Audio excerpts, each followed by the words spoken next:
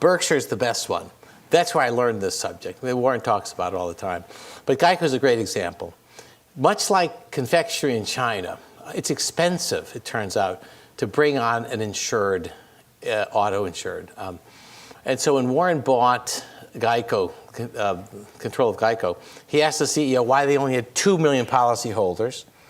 And the CEO said, because it's too expensive to grow. Every new policy we put on the book loses $250 in the first year. So Warren, and they're making ongoing insured make $150 per year of operating profit for the company. So you have 2 million policyholders making $150 a year. So they were reporting $300 million of profits. And if they wanted to grow 1 million new policies the next year, because as Warren said, they had the best business, underpenetrated. The market should have more of them. So why not grow it by 1 million policyholders? What would happen to the operating income that year? It would go from 300 to 50, assuming that the other business didn't grow at all. Now, no public company can endure that kind of volatility. The activists would be on that thing so quickly. Inside Berkshire, it didn't matter. Because Warren controls 40% plus of the stock. He's never told investors that he's in the business of manufacturing reported earnings.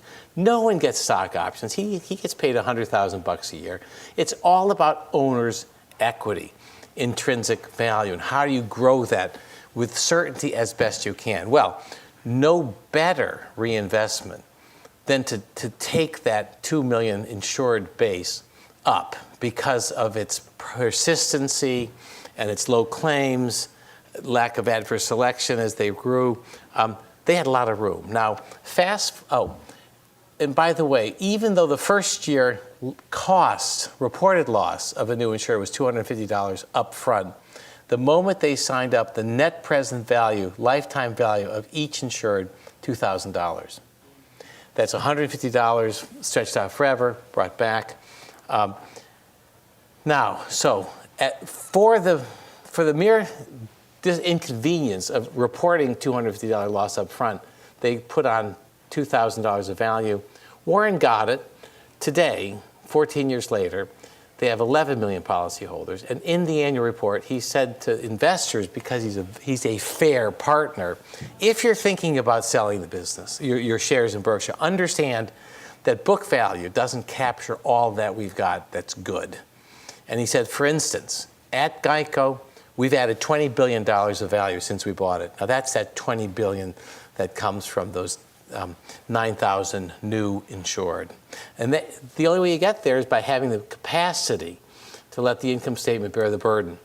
And over that time, they took their annual ad spending from $30 million up to $1 billion.